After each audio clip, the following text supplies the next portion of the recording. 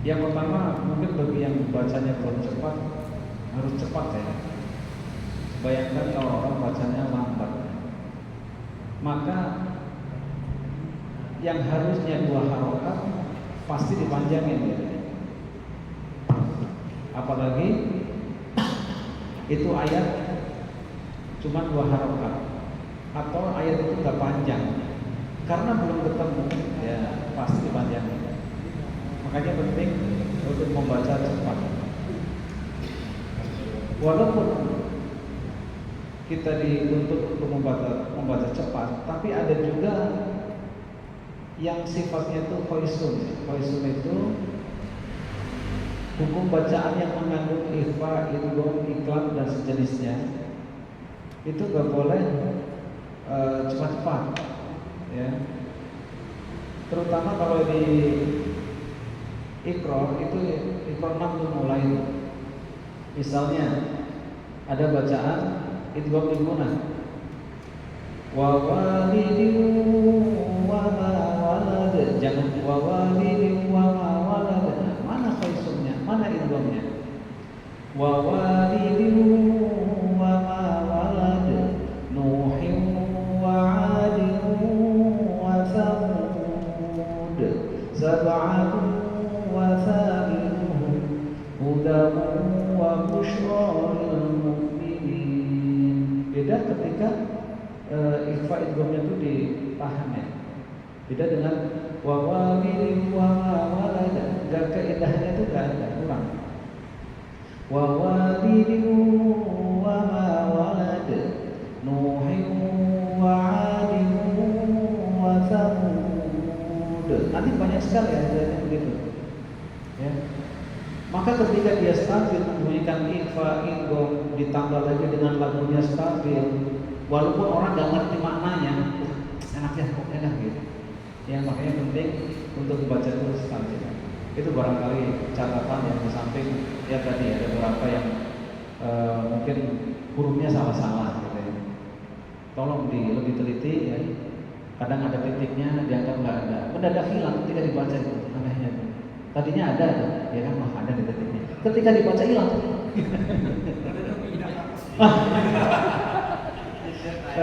Mendadak pindah. Iya. Iya, jadi mendadak pindah benar ya, Masya Allah. Mungkin buka dulu ya, nanti kita akan menyambung dengan tausiah, temanya tentang hikmah musibah. Assalamualaikum warahmatullahi wabarakatuh. Waalaikumsalam warahmatullahi Alhamdulillahilladzi anzala as-sakinata fi qulubil mu'minin. Asyhadu an la ilaha illallah wahdahu la syarika lah wa asyhadu anna Muhammadan abduhu wa rasuluhu la nabiyya ba'dah. Allahumma shalli ala sayyidina Muhammad wa ala ali sayyidina Muhammad kama barakna ala sayyidina Ibrahim wa ala ali Ibrahim fil alamin innaka Hamidum Majid. Terima kasih, malam ini kita ingin mendengarkan tausiah setelah kita membaca tahsinul Quran, karena memang sangat dibutuhkan buat kita yang seorang laki-laki itu jadi pemimpin sholat, baik di rumah maupun di lingkungan ataupun di jamaah yang tempat lain. Ada sedikit Ustaz ayat itu yang terngiang saya itu, bahwa di surat Al-Ankabut surat 45, A'udzubillahi minasyaitonirrajim, Bismillahirrahmanirrahim. Utslu ma hudiya ilaika minal kitabi wa aqimis shalah. Innal salata tanha 'anil fahsya'i wal munkar wa la dzikrullahi akbar wallahu ya'lamu ma tasna'un. Jadi kita sebelum sholat itu disuruh membaca kitab yang diturunkan oleh Rabbmu. Utslu ma hudiya ilaika minal kitabi. Setelah itu apa? Wa aqimus shalah. Setelah sholat apa? Sesungguhnya sholat itu mencegah perbuatan keji dan munkar. Betapa mulianya Al-Quran yang kita baca, bukan buat Ustaz, ini buat diri kita sendiri. Sesungguhnya Ustaz Tanuri juga pernah dapat kali membaca surat Al-Isra kalau nggak salah itu ayat 14. Iqra kitabak kafa binafsika yauma 'alaiha hasiba. Jadi sebenarnya itu Al-Quran itu hidup. Jadi kita belajar di sini mengenal tadi ada makhrajul hurufnya, ada ifanya, ada idghamnya. Idgham juga dibagi dua, ada guna, ada bila guna. Mungkin tadi yang contohkan waw itu wawalat itu adalah sekitar bila guna, tidak pakai guna. Kalau guna itu min dan nun. Karena dipantulkan. Idgham di guna. Idgham di guna, ada idgham bila guna. Dengan guna dan tidak dengan guna. Nanti ada ifa juga, di mana suaranya ifa kan gitu kan.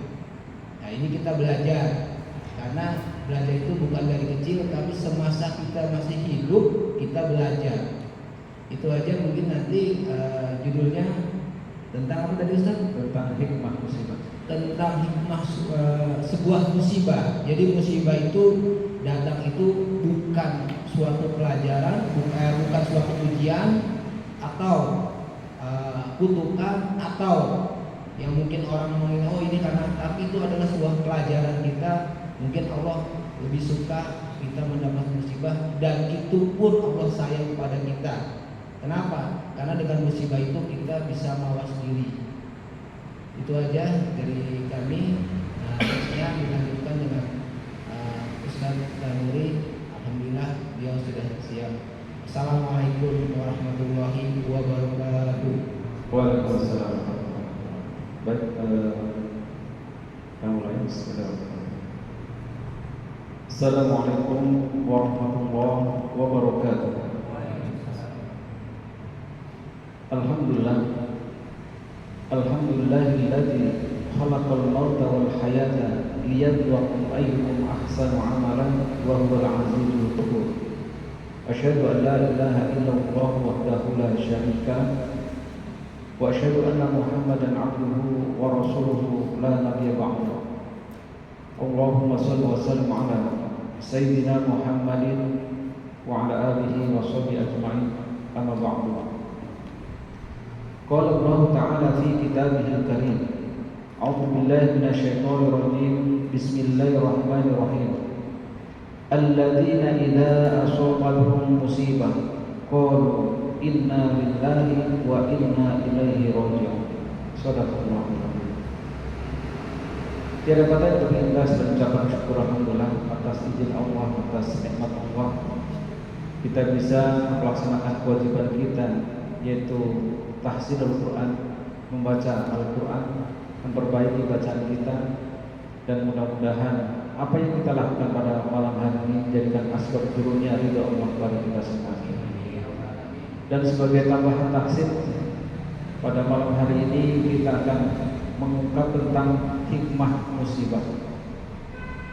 Allah Subhanahu wa taala di dalam surat Al-Baqarah ayat 155 dan 156 akan memuji seseorang yang mengaku beriman pada Allah bisyai'in minal khauf, dengan sedikit ketakutan.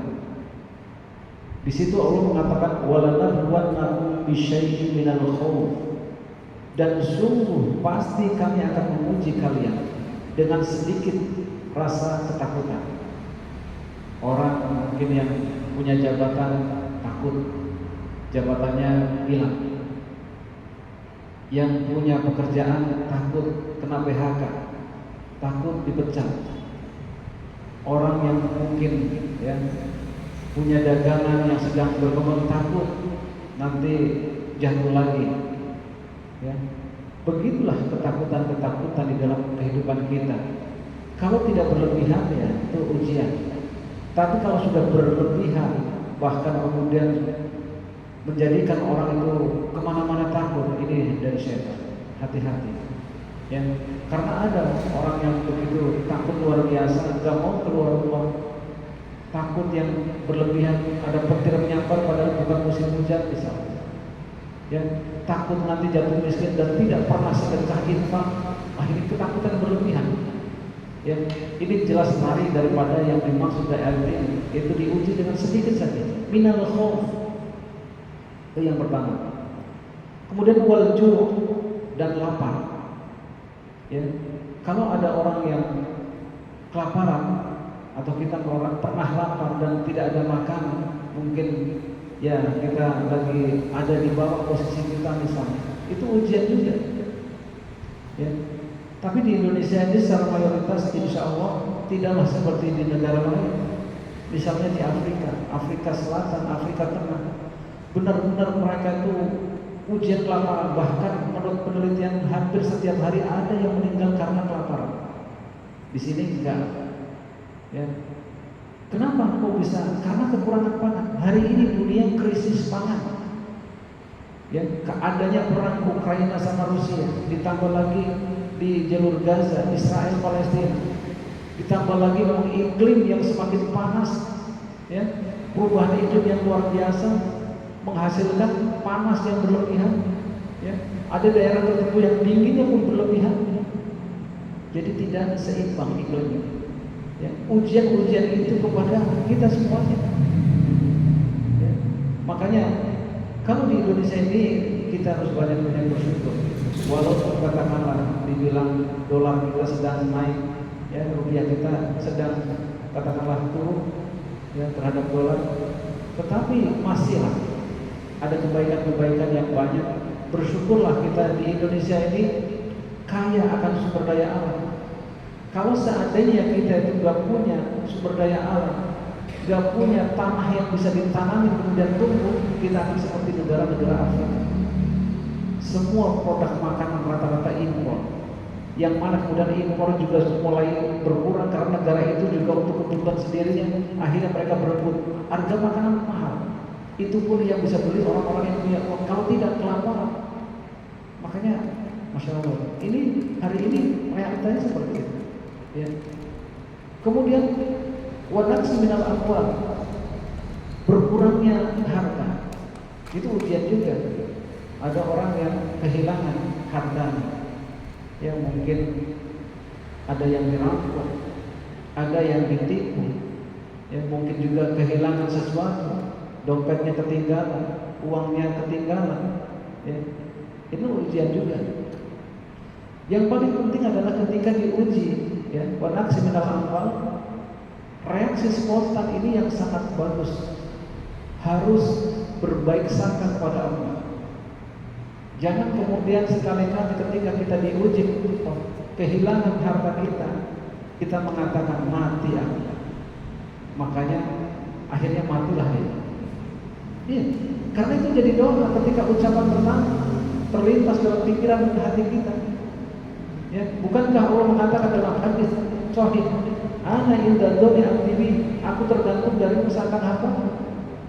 Kalau banyak mengatakan mati aku, matilah kamu. Kalau dia celakalah kamu. Maka yang paling benar ketika mendapat musibah, ikuti yang dilakukan oleh Nabi dan para sahabat. Banyak-banyak istighfar, berdoa. Apa doanya? Ya, doanya ya boleh ikutin ya. Bismillahirrahmanirrahim. Allahumma ajirni fi musibati waflifli khairan minhu. Jadi artinya, ya Allah, berikanlah pahala atas musibah yang menimpaku dan gantilah ia dengan sesuatu yang lebih baik. Coba bayangkan, ini kan doa. Kalau orang memahami musibah dan kemudian membaca seperti yang diajarkan oleh Nabi, dan dia tetap berkeyakinan Allah akan mengganti atau Allah akan menolongnya, maka akan diganti dengan sesuatu yang lebih baik. Tapi orang nggak paham, ketika dapat ujian, perkataannya itu jadi doa. Padahal ibaratnya ketika diuji itu Allah memberikan bungkus. Tahu bungkus ya? Permen ada bungkusnya kan? Ketika bungkusnya ditolak sama kita dengan berkeluh kesah tadi yang tidak baik, isinya nggak bakalan dapat. Itu penting. Makanya harus men-setting pikiran kita, hati kita ketika dapat musibah atau ujian apapun, berpikirlah yang positif kepada Allah. Karena Allah mengatakan di dalam Al-Quran di surat Al-Isra ayat 11, wa yad'ul insanu bisyarri du'a'ahu bil khair wa kana al-insanu 'ajula. Ada orang-orang yang berdoa untuk keburukan sebagaimana dia berdoa untuk kebaikan. Doa untuk keburukan memang ada, Ustaz. Habis sholat nggak ada doa untuk keburukan, pasti doanya baik sekali. Tapi ketika diuji, diberikan musibah, dia berkeluh kesah tadi yang tidak baik dengan mengatakan mati, celaka, terus bukan sekali doa, aduh bingung dah nggak ada lagi deh penolong. Padahal Allah yang maha menolong, kan gitu. Jadi Allahnya dihilangkan ketika dia dapat ujian atau musibah. Coba kalau reaksi spontan, Allahumma ajirni fi musibati waqlif li khairan minhu, pasti. Bukankah Allah itu janjinya pasti? Ini penting saya utarakan. Kenapa? Karena banyak orang yang katakanlah ketika mendapatkan ujian itu reaksinya itu tidak baik, harus dirubah. Jadi justru ketika ada ujian, wah ini mudah apa saya, gitu. Ya, sambil baca doa, nggak ngerti bahasa Arabnya, Ustaz. Bahasa Indonesianya boleh. Ya Allah, berikanlah pahala atas musibah yang menimpaku dan gantilah dia dengan yang lebih baik. Nggak harus sama persis, tapi pahami maksudnya. Ya, supaya diberikan pahala dan diganti musibah itu dengan kebaikan. Ini ya. Wa nafsin minal amwal wal anfus, kehilangan nyawa. Kemarin ya, ada salah satu jamaah saya di Musola Al-Mu'awanah Punjul. Katakanlah malam Rabu itu dia setor hafalan dengan saya. Ya, beliau itu mantan Kapolsek Depok. Ya, namanya Pak Abdus Salam. Itu sudah selesai juz 30. Saya tawarkan, Pak Salam, mau langsung juz 29 atau mau diulang? Diulang aja, Ustaz, biar bagus bacaannya. Ya, itu bekal saya ya, kita nggak tahu esok atau lusa meninggal gitu mungkin. Akhirnya setelah hafalan diulang dari An-Naba ke bawah lagi. Sampai kemarin terakhir surat At-Tariq. Ya, selesai, besok nanti lanjut ya Pak Salam ya. Siap, Ustaz. Malam Rabu itu sampai rumah bukannya langsung istirahat, dia masih baca Quran sampai jam 12, diingatin sama istrinya, Pak udah malam Pak, besok lagi. Oh iya. Tapi rupanya mungkin udah kerasa kali orang yang mau menemui ajalnya ya. Malam itu dia nggak bisa tidur, gelisah. Saya masih ingat ya, jam 4 ketika saya bangun mau sholat subuh, jam 3 di situ dia motret temannya.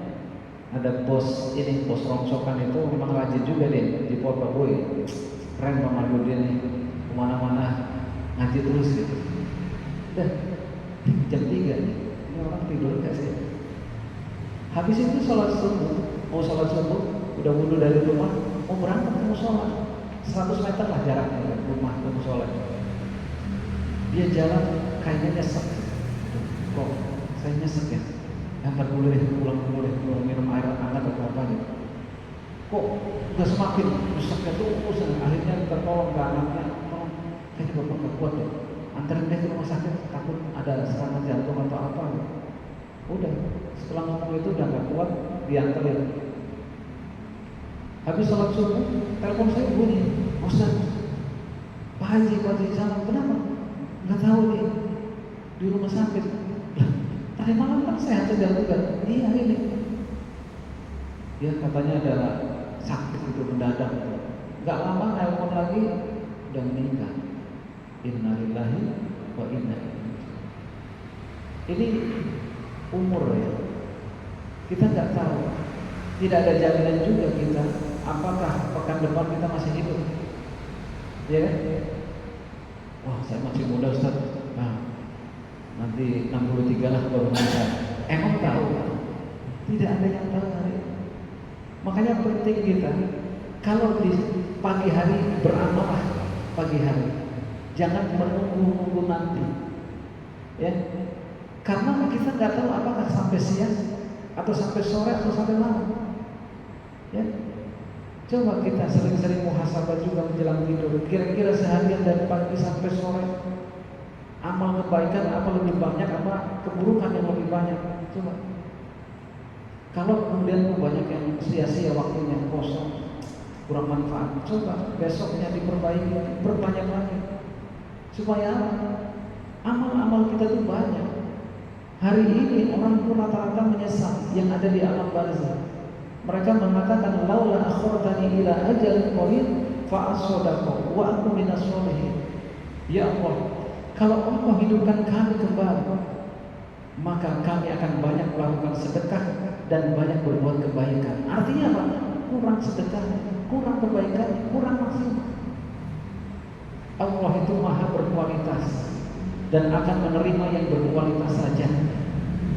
Maka kalau Quran kita belum bagus, terus sampai kualitasnya paripurna, kualitasnya bagus. Jangan sampai nanti kita menyesal di hadapan Allah di padang mahsyar ketika yaumul hisab. Kita banyak baca Quran, tetapi banyak salah dan tidak mau belajar, dilemparkan. Ini Quran yang kamu baca. Quran itu tinggi, harusnya dibaca dengan ketinggian ilmunya. Al-Quran itu baik, mulia, harus dijaga kemuliaan dan kebaikannya dengan dibaca secara baik dan benar. Bayangkan, ada orang yang terkaget-kaget dengan amalnya. Dia pikir amalnya banyak, tapi bisa jadi tolak semuanya. Nangis dia, ya Allah, kalau gitu kembalikan saya, mau berbuat kembali yang lebih baik. Sudah nggak ada dunianya dia. Menyesal mereka. Maka kita masih ada kesempatan. Ya, kalau salah di dunia, ya. Saya kadang sering ya naik mobil pakai tol ya, saya mau ke Cibubur ya, karena padat sebelah kiri, saya tengah aja, tahu-tahu ya ada kelewatan, ya diperbaiki lagi, akhirnya saya belok yang terdekat gitu.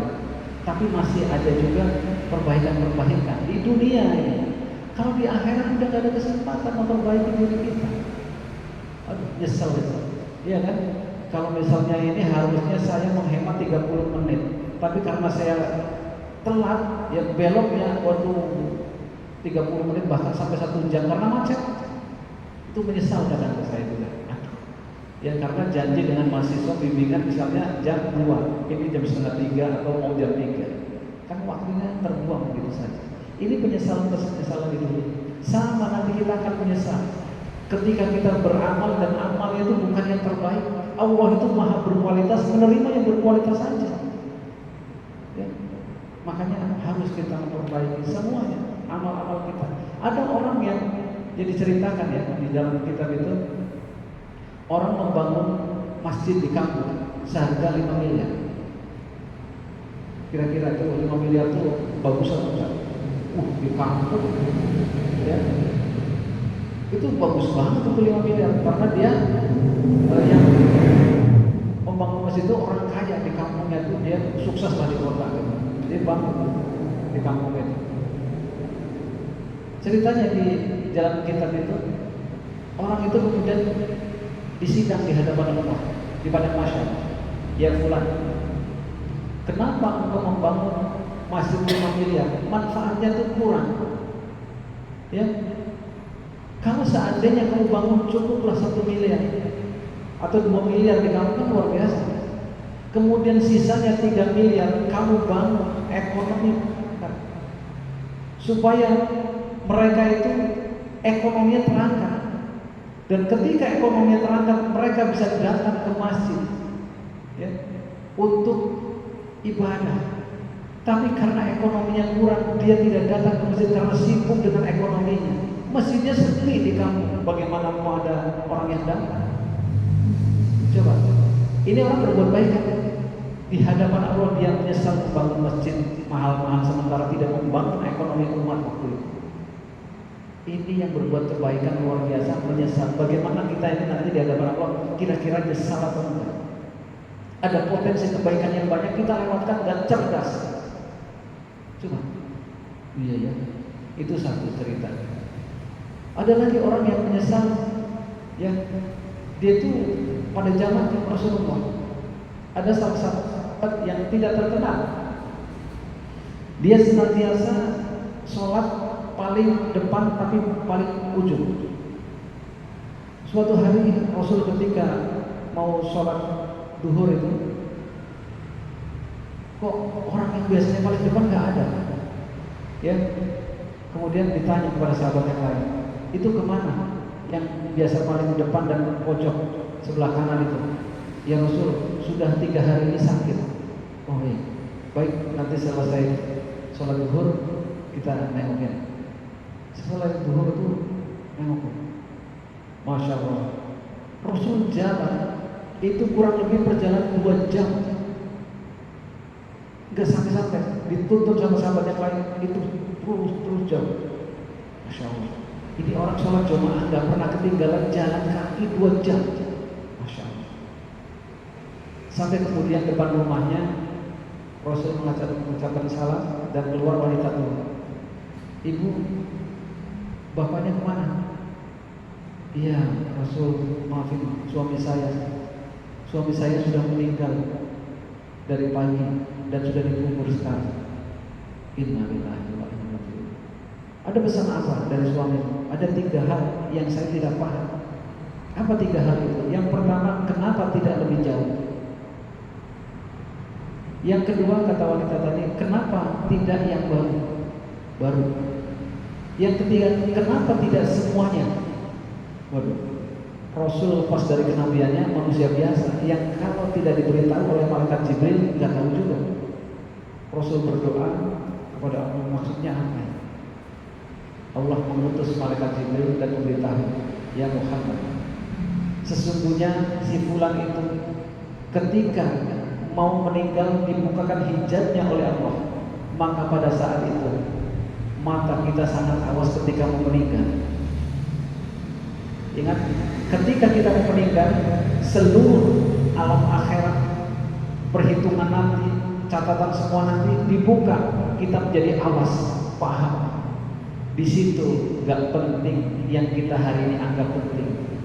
Justru sholat penting, bacaan Quran kita penting, sedekah kita penting. Tapi yang lain-lain gak penting. Dia mengatakan, kenapa tidak lebih jauh diperlihatkan oleh Allah betapa ketika dia jalan kaki menuju masjid, ya, kalau seandainya dia lebih dari 2 jam jalannya, maka Allah akan kasih ganti dengan pahala yang luar biasa, dengan surga yang sangat megah dan agung. Karena cuma 2 jam surganya seperti itu aja. Dia menyesal, kenapa tidak lebih jauh? Orang yang beramal menyesal. Coba 2 jam. Kemudian yang kedua, kenapa tidak yang baru? Suatu hari orang tadi biasa karena dia jalan kaki 2 jam, kebiasaan beliau itu pakai baju double, yang di dalam yang baru, yang di luar yang lama. Nanti ketika sudah sampai dekat ya Masjid Nabawi itu, dia buka yang lama, dia pakai yang baru untuk sholat. Suatu hari ada orang yang tidak berbaju kedinginan. Kemudian, kenapa tidak pakai baju, Pak? Ketika lewat itu, ya saya nggak punya baju cuma satu-satunya ketika dijemur terbang, saya ketiduran di bawah angin. Oh iya, ini Pak. Ketika mau memberikan masih mikir, ini saya kasihkan yang lama atau yang baru? Perang tuh pemikiran di dalam pikiran dia tuh. Yang baru aja kata dia. Tetapi bukankah ketika kita sholat menghadap Allah dengan yang baru, Allah juga cinta? Yang baru aja, yang penting dia nggak telanjang. Kasih yang lama. Kan ijtihad dia kan, ngasih yang lama, yang baru alasannya kan kita menghadap Allah juga kalau bisa yang bagus-bagus, benar juga. Tapi ketika dibukakan hijabnya, kalau seandainya kamu kasih yang baru, Allah akan ganti dengan pakaian surga yang semuanya baru dan dari sutra yang megah, yang mewah. Aduh, nyesel, kenapa tidak yang baru saja saya kasih? Yang lama akhirnya dia pakainya lama-lama juga di surga. Coba. Ketika sudah dibuka hijabnya baru nyesel. Kemudian yang ketiga, kenapa tidak seluruhnya? Bapak tadi, ya, kalau sholat jamaah karena jalannya jauh, mengantongin 2 roti di kanan kiri, saku kanan kirinya. Suatu hari ketika dia lewat, ada orang yang kelaparan. Ya Pak, tolong Pak sedekahnya Pak, saya sudah 2 hari nggak makan. Masya Allah. Oh iya ya sebentar. Perang batin juga, ini kasihkan semua atau satu aja? Dia beralasan, satu aja. Karena apa? Toh satu, saya untuk bekal ibadah juga kepada Allah. Biarin aja deh satu aja. Yang penting dia tidak lapar banget. Iya kan?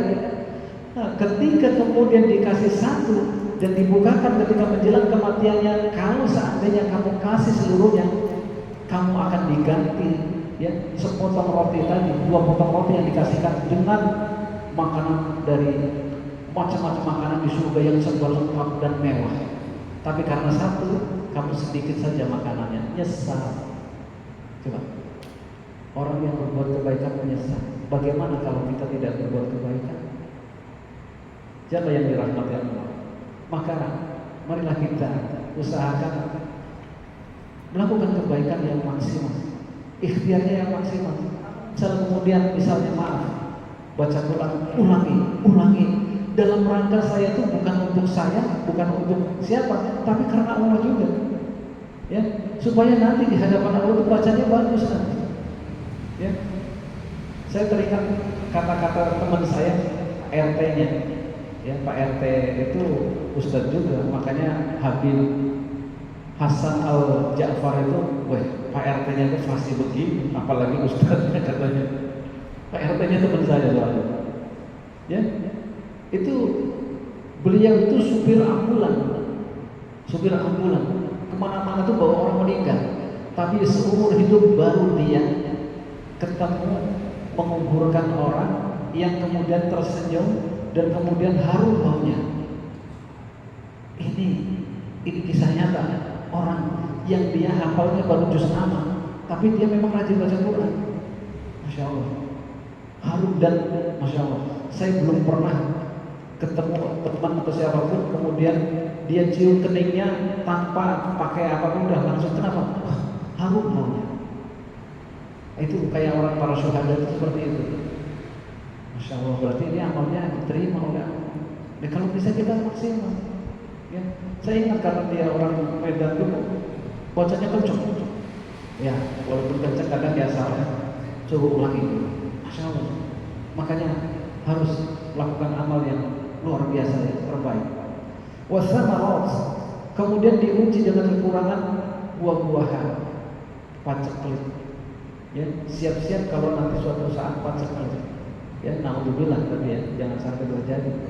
Karena saya ingat dulu, kalau yang namanya paceklik itu tidak hujan hampir 2 tahun. Ya, tidak hujan hampir 2 tahun. Bayangkan, pohon banyak yang mati, rumput-rumput kering semuanya, itu mudah terbakar ya. Ya. Dan mahal makanan, itu paceklik. Ya. Nah, hari ini yang mengalami adalah negara-negara Afrika, baik tengah ataupun selatan, atau sebagian negara Amerika Selatan. Ini paceklik. Kenapa? Iklimnya sudah tidak bersahabat, suhu bumi semakin naik, ya, panas bumi semakin naik, kutub utara dan selatan mencair sehingga volume air laut naik dan daratan semakin berkurang. Bahkan tahun 2030 Tanjung Priok akan tenggelam kalau tidak pakai untuk penahan air. Kenapa? Karena progres itu naik setiap tahun itu kurang lebih 2 cm. Nah, 10 tahun 20 cm. Ya kan? Waduh, 20 cm. Nanti lama-lama pulau-pulau yang kecil tenggelam. Ini memang ciri-cirinya. Makanya kita harus memahami, ya, kemudian semakin mendekatkan diri kepada Allah. Wa basyirus sabirin, dan sampaikanlah kabar gembira orang-orang yang sabar. Siapa orang yang sabar? Alladzina idza asabatuhum musibah, yang mereka ketika mendapatkan musibah, ujian, mereka mengatakan inna lillahi wa inna ilaihi raji'un. Ini sering kita ucapkan, tapi kadang kita tidak paham. Apa artinya? Ini semuanya milik Allah dan akan kembali kepada Allah, harus ridho, rela, ikhlas. Misal, kalau kita kehilangan motor kita, sedih atau sedih? Sedih. Aduh, nyesek. Ya kan? Terpakai apa? Terbelinya gimana? Ya kan? Karena kita merasa punya motor. Coba kalau yang hilang kita, sedih nggak? Nyesek nggak? Nyesek nggak? Enggak. karena bukan punya kita. Nah, ini yang menjadi nyesek, sedih, itu karena kita merasa punya. Padahal Allah mengatakan lillahi ma fis samawati wa ma fil ardh. Milik Allah itu yang ada di langit dan bumi, semuanya milik Allah. Kita cuma numpang pakai nama doang. Ya, makanya kata Kiai Zainuddin MZ itu paling enak tukang parkir. Ya kan? Mobilnya banyak ya, diambil tuh ya biasa aja. Enggak sedih. Ya kan mobilnya macam-macam. Yang mewah-mewah juga ada. Hilang satu persatu sudah, bukan punya dia. Ya. Ini gambaran. Ketika kita meyakini, udah kita nggak punya apa-apa, dan kehilangan sesuatu tidak akan terlalu sedih. Dan berdoa tadi, Allahumma ajirni fi musibati wa fi khairati. Baik, barangkali ini malam hari ini walaupun singkat 30 menit, mudah-mudahan menambah keimanan kita kepada Allah. Yang benar semata-mata dari Allah, yang salah dari Tuhan hadir saya. Barangkali ada satu atau dua pertanyaan, saya persilakan. Balik kepada Tuhan. Ya, terima kasih. Assalamualaikum warahmatullahi wabarakatuh. Bagi para jemaah yang ingin mau menanyakan sesuatu hal, mungkin boleh langsung menanyakan tentang tadi apa yang diceritakan, apa itu amanah, apa itu amal baik. Sedikit saya tambahkan, itu di situ ada faktor ASI. ASI mungkin kita 2 tahun, dari 0 sampai 2 tahun itu kita membutuhkan air susu, tapi kita sekarang ini membutuhkan ASI itu adalah Al-Quran, sholat, infak. Jadi tiga kesatuan itu yang tidak bisa dipisahkan. Jadi sangat luar biasa sekali tadi penjelasannya Ustaz. Bagi teman-teman yang ingin menanyakan sesuatu hal, monggo silakan. Pak Najir, monggo silakan, ada yang menanya sesuatu hal? Silakan. Boleh Pak. Ya, ayo Pak Iwan, monggo silakan. Kita ikut dulu.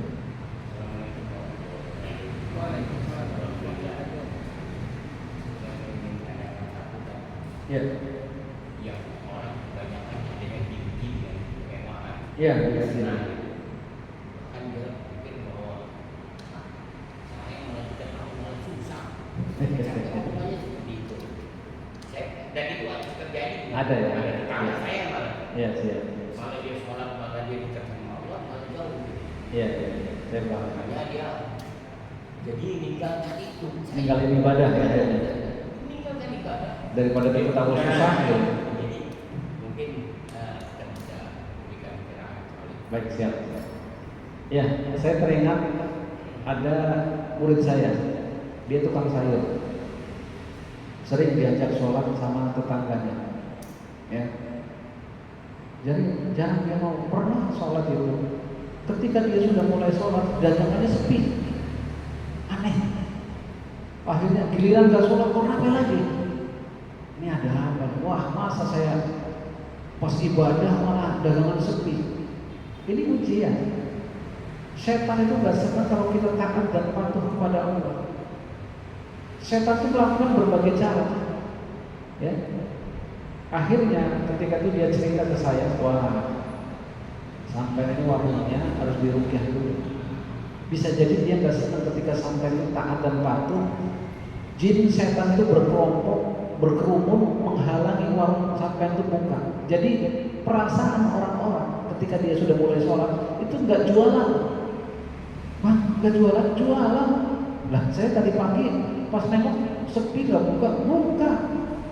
Jadi nengoknya dari jauh, nggak buka, aneh. Setiap orang nanya gitu, nggak jualan, jualan. Pantesan nggak ada yang datang.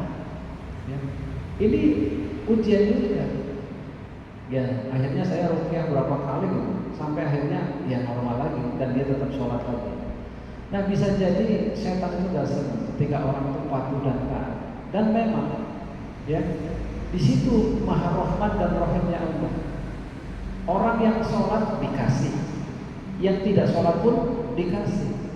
Ada pertanyaan lagi lanjutannya, Ustaz, kenapa orang itu orang misalnya non muslim, dia kan gak pernah sholat juga tuh, tapi tadinya senang bahagia hidupnya, gak pernah susah.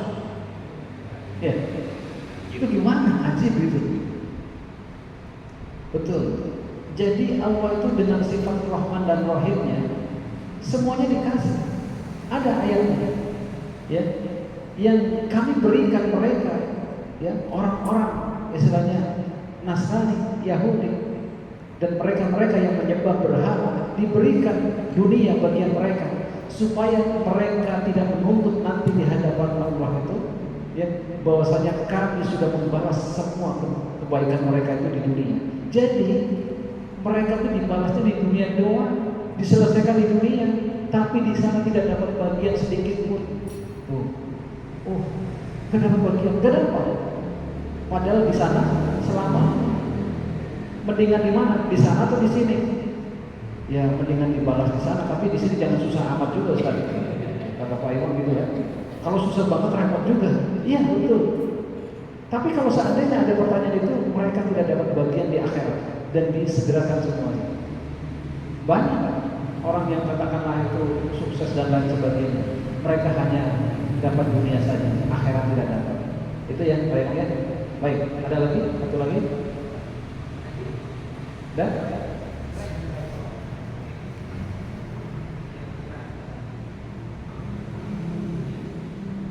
Bismillahirrahmanirrahim. Yang menjadi soal apapun yang disiarkan itu kadang-kadang tidak nyampe ke dalam diri karena ada hijab. Contoh apa yang ditanyakan oleh Pak tadi, kita sangat terpapar dengan hal-hal yang bedawi. Semua diri kita, mau profesor, mau tukang sayur dan seterusnya. Yang menjadi pertanyaan itu barangkali ada testimoni atau apa selain ruqyah biasanya, bagaimana membangun kesadaran dan cara ketertambatan tadi bisa dikikis pelan-pelan sehingga terbuka hijab. Terima kasih. Assalamualaikum warahmatullahi wabarakatuh. ya memang hijab orang itu beda-beda. Allah mengatakan fi qulubihim marad. Hijabnya itu di dalam hati mereka ada penyakit. Banyak penyakitnya. Ada yang hubud dunia penyakitnya, terlalu cinta kepada dunia dan takut mati. Ada lagi hijabnya itu takut yang tidak beralasan. Ya. Orang dia itu punya duit banyak, kaya, tapi nggak mau sedekah, takut miskin. Yang tidak ada alasan. Orang kalau memahami ayat-ayat Allah itu, ketika menginfakkan hartanya di jalan Allah, itu ridwaha qardun hasanah yudha'ifu lakum wa yaghfir lakum dzunubakum wallahu syakurun halim. Ketika dia menginfakkan hartanya di jalan Allah, dia sedang meminjamkan Allah dengan pinjaman yang baik. Kira-kira kalau Allah dipinjamin sama kita, dibalikin apa enggak? Pasti. Kenapa dia ragu? Dalam hatinya ada penyakit ragu kepada Allah. Ini cinta terhadap dunia berlebihan, takut mati, ini penyakitnya juga ya. Sehingga berbagai cara dilakukan, jangan mati dulu. Ini penyakit juga, takut mati. Jangan sampai kita takut mati pun jangan terlalu berani mati. Kalau takut mati, waduh, bahaya. Ya. Maka dia akan melakukan segala cara supaya tetap panjang umur gitu. Ya. Boleh, itu boleh. Tetapi berlebihan ini yang tidak boleh. Pun cinta terhadap harta, ini penyakit juga. Emang harta nggak boleh cintai? Nggak boleh. Harta itu boleh dimiliki, tapi jangan dicintai. Tahu cinta? Cinta itu letaknya di sini, di hati. Kalau harta sudah sampai di hati, begitu berat dilepaskan. Padahal dilepaskannya untuk infak, sedekah, zakat. Ini yang menjadikan hijab-hijab itu cinta terhadap harta berlebihan, cinta terhadap dunia berlebihan, takut mati, ragu kepada Allah. Ini penyakit-penyakitnya. Padahal kalau dia itu paham dengan ayat-ayat Allah, janji-janji Allah itu pasti, ujian itu ada, Setelah ujian pasti ada kebaikan kan gitu. Makanya ini ya harus dipahamkan dia dengan ayat-ayat Allah. Supaya apa? Jangan sampai dia terhijab oleh kebaikan-kebaikan. Musibah ini yang menimpa seseorang bisa menjadikan asbab turunnya hidayah Allah pada kita. Di dalam surat Al-Munafiqun apa kata Allah? Ma asaba min musibatin illa biidznillah. Musibah apapun yang menimpa kita atas izin Allah. Wa may yu'min billahi yahdi qalbah. Barang siapa yang beriman kepada Allah, Allah akan berikan hidayah kepada hatinya. Hidayah itu mahal. Maka kadang orang itu untuk mendapatkan hidayah dikasih ujian yang berat. Karena ujian ringan itu nggak dapat hidayah, nggak tergerak hatinya. Saya pernah menceritakan orang itu dapat hidayah setelah istrinya meninggal. Mahal harganya. Kenapa? Hatinya terhijab berbagai macam penyakit-penyakit dunia, penyakit hati. Terhijab. Ketika istrinya meninggal baru dia menangis, ya Allah, harta gak ada artinya. Ketika dia kehilangan istrinya, padahal dia nyari harta untuk istri dan anaknya, tapi sekarang istrinya sudah meninggalkan dia, lemes dia. Ya Allah, kalau begitu saya akan infakin sedekah. Dulu gak mau infak sedekah. Harus kehilangan istri dulu. Maka jangan sampai hal-hal yang buruk menghijab hati kita. Berat. Kalau kita itu sudah terhijab terlalu bertumpuk-tumpuk, harus kehilangan yang banyak. Bisa jadi kehilangan harta yang banyak, kehilangan istri, kehilangan keluarga. Waduh, jangan sampai. Kalau bisa hati kita mudah menerima kebaikan, ya, dapat masukan, alhamdulillah, bersyukur kepada Allah yang menegur kita. Bisa jadi itu pintu hidayah dari Allah. Kita tidak tahu. Itulah ya. Kira cukup ya. Baik, saya cukupkan, saya kembalikan kepada MC. Silakan. Baik, terima kasih Ustaz. Alhamdulillah atas tausiahnya malam ini. Alhamdulillah kita bisa menyimak semuanya. Mudah-mudahan dari kita semuanya memperbaiki diri, karena in ahsantum ahsantum li anfusikum. Berbuat baik itu bukan buat orang lain, tapi untuk diri sendiri. Wa in ahsantum falaha. Nah, ketika buat kegiatan itu nextnya itu Allahu a'lam. Jadi memang hijab itu sangat tidak kelihatan, ternyata hijab itu ada di dalam diri kita. Ghafiril jami wa qabita bisabili qabita wa ilahi wa masir. Nah, itu seperti itu. Jadi istilahnya itu tadi perbanyak baca Al-Qur'an, mudah-mudahan Al-Qur'an itu menjadi nur wa huda wa rahman. Allahumma jalna seperti itu. Jadi Al-Quran ini untuk membuka hijab kita, supaya kita tadi, ini pengalaman kita masing-masing. Ini ada punya juga ini nih, pengalaman juga Ustaz nih. Saya di 2019 ini jadi ketua DKM itu luar biasa. Mobil saya hilang 2, alhamdulillah. Jadi memang digojlok banget ini. Jadi memang ini pernyataan juga, dan juga ada sejarah juga. Ada sedikit, saya kebetulan pengajian saya di Al-Haq Ustaz. Saya punya teman namanya Abi Madinah. Beliau itu baru taubat itu di umur 65 tahun, dan dia belajar sama-sama dengan teman saya, dan dia hafiz Quran, nggak hafiz sih, nggak full 30 juz, cuma 15 juz. Itu dia belajar dari tahun umurnya 65 tahun. Jadi saya nggak percaya kalau bapak-bapak ini nggak hafal, nggak hafiznya. Dan itu bacaan dia bicara bacanya dengan benar. Saya masih ingat banget itu. Dan dia meninggalnya mudah, cuman bangkis 3 kali. Ketika pagi-pagi nganterin cucunya, sekolahnya di Al-Hamid, istrinya ngasih bubur, makannya di depan. Istrinya cuma dengar bangkis 3 kali. Ketika itu nggak ada, meninggal dunia. Masya Allah. Itulah Al-Quran menunjukkan kita bahwa kita jangan pernah meninggalkan Al-Quran. Dan saya selalu mengiang-iang. Ada salah satu guru saya menyatakan, hanya orang gila yang mengingkari kebenaran, tapi lebih gila lagi Al-Quran benar-benar nyata diingkarinya. Itu aja dari saya. Semoga kita di sini mendapatkan manfaat tausiah yang diberikan oleh Ustadz kita. Jadi amal kita semuanya Aqimus shalah wa atuz zakah itu tidak bisa dipisahkan. Seperti itu. Jadi wala syai'illallah dan tidak ada nama itu ulaika yaqulu minal mutadin dan akan mendapat petunjuk dan itu benar nyata. Benar kata ustaz kita. Jadi jangan tinggalkan sholat, jangan tinggalkan infak. Gimana gak punya uang, tenaga? Gimana gak punya tenaga dengan pikiran? Jadi Allah selalu memudahkan. Ya itu aja dari saya.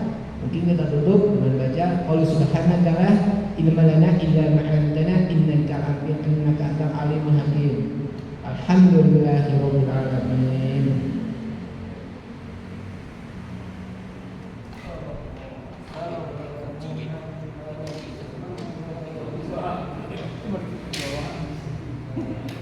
Tak paham. Ada tutup.